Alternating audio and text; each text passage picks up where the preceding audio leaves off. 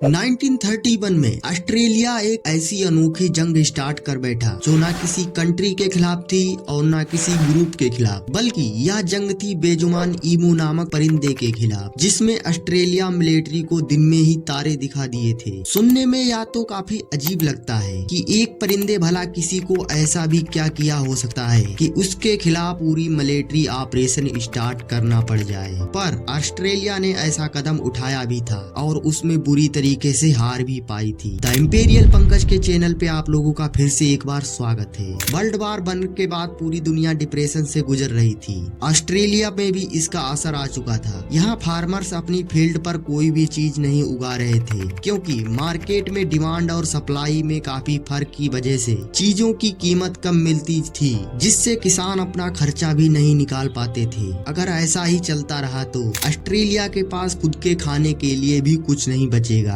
इस चीज पर काबू पाने के लिए ऑस्ट्रेलिया सरकार ने फार्मर्स को फोर्स किया कि वह गेहूं के प्रोडक्शन को स्टार्ट करें और उनसे वादा किया कि गवर्नमेंट उनसे गेहूं अच्छे रेट्स में खरीदेगी। फार्मर्स गवर्नमेंट की इन शर्तों को मान गए और गेहूं की प्रोडक्शन स्टार्ट कर दी। लेकिन जब यह फसलें तैयार हुई तो गवर्नमेंट अपने वादे से पीछे हट गई और फार्मर्स को कम रेट ऑफर करने लगी। फार्मर्स ने प्रोटेस्ट किया और फैसला किया कि यह गेहूं की फसल अब सेल ही नहीं करेंगे और इसी वजह से उन्होंने फसलों की कटाई ही नहीं की। अब ऐसा नहीं था कि ऑस्ट्रेलिया सरकार को गेहूं की जरूरत नहीं थी, वह एक तरह से फार्मर्स को ब्लैकमेल कर रहे थे, क्योंकि उनको मालूम था कि तैयार फसल अगर फार्मर्स गवर्नमेंट को सेल नहीं करेंगे तो उनकी फसल पर कीड़े लग जाएंगे। पर ऑस्ट्रेलियन सरकार को क्या मालूम था कि आने वाली मुसीबत कीड़ा लगने से भी ज्यादा तकलीफ देने वाली थी। ईमू जो सिर्फ ऑस्ट्रेलिया में ही पाई जाती है, इनकी ब्रीडिंग सीजन खत्म हो गया था। यह एक सीरियस मसला था, क्योंकि ईमू अपने ब्रीडिंग सीजन खत्म करने के बाद माइग्रेट करती हैं। जब ईमू एरियाज से कोस्ट की तरफ माइग्रेट कर रही थी तो उनको वेस्टर्न ऑस्ट्रेलिया में तैयार गेहूं के खेत नजर आई। 20,000 ईमू की संख्या का एक ग्रुप गेहूं के खेत में घुस गया और रातों रात फील्ड को खाकर तबाह करने लगा। 5.5 फुट लंबा और 45 केजी वजनी यह परिंदा एक दिन में 2 किलो से ज्यादा खाना आसानी से खा सकता है। अब 20,000 ईमू एक बहुत बड़ा नंबर है और यह सिर्फ एक दिन में ही 20 से 25 एकड़ गेहूं की फसल को तबाह कर लेते थे। अभी तक 300 से 350 एकड़ की जमीन का गेहूं बर्बाद हो चुका था और यह मामला सीरियस होता जा रहा था। जब गवर्नमेंट को इस बात का पता चला तो उन्होंने फौरन एक्शन लिया और ईमू से जान छुड़ाने के लिए सोच विचार शुरू कर दी।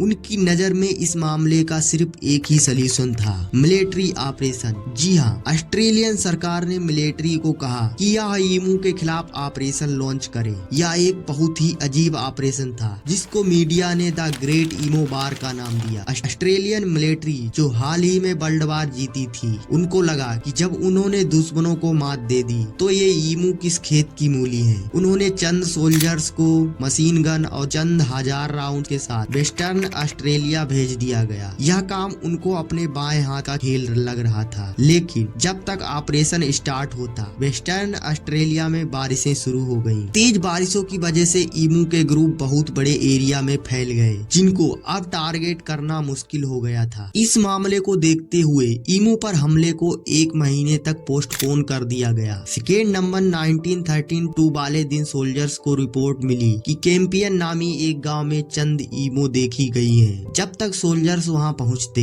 लोकल्स ने ईमू को इकट्ठा करने के लिए उन पर पथराव किया तो वह एक जगह जमा होने की बजाय उल्टा बिखर गईं। आपको यह बताते चले कि ईमू की टांगे बहुत ही स्ट्रॉन्ग होती हैं और वह 70 किलोमीटर पर आवर की स्पीड से भी भाग सकते हैं। सोल्जर्स ने इसी कंडीशन में फायरिंग करना शुरू कर दिया। हमले में कुल मिलाकर सिर्फ 5 से 7 ईमू ही मारी गईं और बाकी सब खेतों में ऐसे गायब हो गईं जैसे दिन के वक्त में आसमान के तारे। पहला हमला बुरी तरीके से नाकाम हुआ था। 20,000 में से सिर्फ 5-7 ईमू की मौत हुई। इस मिलिट्री ऑपरेशन की यह पहली नाकामी थी। 2-4 दिन बाद सोल्जर्स ने फैसला किया कि वह खेतों में घात लगाकर बैठेंगे, ईमू के करीब आने का इंतजार करेंगे और फिर फायर करेंगे। इस बार 1000 के करीब ईमो खेतों में दाखिल हुए। जब वह छुपे हुए सोल्जर्स के करीब आए तो फायरिंग शुरू कर दिया गया, लेकिन इस बार किस्मत ने उनका साथ छोड़ दिया। अभी 2 दर्जन ईमूज ही मारी गई थी कि मशीन गन जैम हो गई। इससे पहले कि मशीन गन को ठीक किया जाता, सारी ईमूज दोबारा खेतों में गायब हो गई। मिलिट्री ऑपरेशन का दूसरा हमला और इसमें भी शर्मसार कर देने वाली नाकामी। अब तीसरे हमले के लिए सोल्जर्स ने कैंपियन से साउथ में जाने का फैसला किया, जहां ज्यादा तादाद में ईमो मौजूद थी। अगर सोल्जर्स को कोई सक्सेस मिलनी थी तो वह यहीं पर मिल सकती थी, लेकिन इस बार उन्होंने ईमो में एक बहुत ही दिलचस्प चीज देखी कि उन्होंने देखा ईमो अलग अलग ग्रुप्स में डिवाइड हुए और हर ग्रुप का एक लीडर है जो एक तरफ से उनकी रखवाली कर रहा है। बाकी सारी गेहूं की फसल खाती रहती हैं, लेकिन वो लीडर अपनी नजरें आने वाले खतरे पर जमाए रखते हैं। जैसे ही सोल्जर्स के आने की भनक पड़ती है, वो लीडर उन सारी ईमो के ग्रुप्स को वहाँ से भगा देते हैं। अब सोल्जर्स उनका पीछा करते करते थक चुके थे।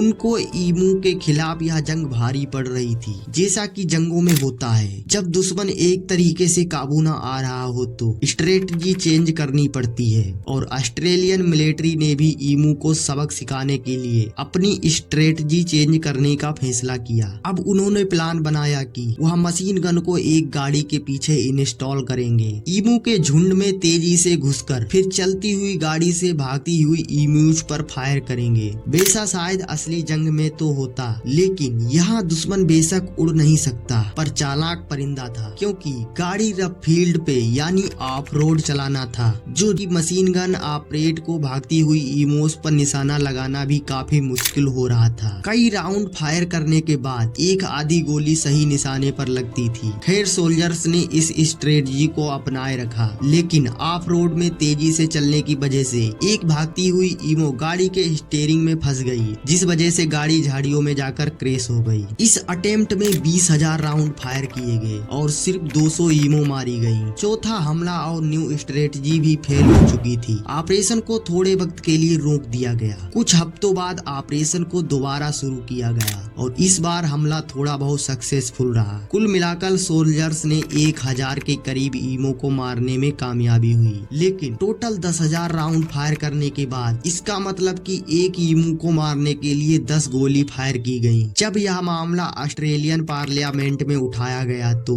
पॉलिटिशियन मिलिट्री को परफॉर्मेंस पर एक काफी ऐतराज हुआ। पॉलिटिशियन का कहना था कि इस परफॉर्मेंस पर अगर कोई मेडल देना हो तो वह ईमो को देना चाहिए, जिन्होंने 10 में से 9 गोलियों को बड़ी चालाकी से मिस किया। इतना खर्चा करने के बाद भी 20,000 में से सिर्फ 1,000 ईमो ही मारी गई थी। उस दौर में इस ऑपरेशन पर $10,000 खर्च हुए थे, जो आज के $1,00,000 से भी ज्यादा बनते हैं। यह ऑस्ट्रेलियन मिलिट्री के लिए बहुत ही शर्मनाक बात थी। मिलिट्री ऑपरेशन को बंद कर दिया गया, यानी ईमोज यह जंग जीत चुकी थी। यदि आपको हमारी वीडियो अच्छी लगी हो तो प्लीज चैनल को सब्सक्राइब करना और अपने दोस्तों के साथ शेयर करना। मिलते हैं अगली नेक्स्ट वीडियो में।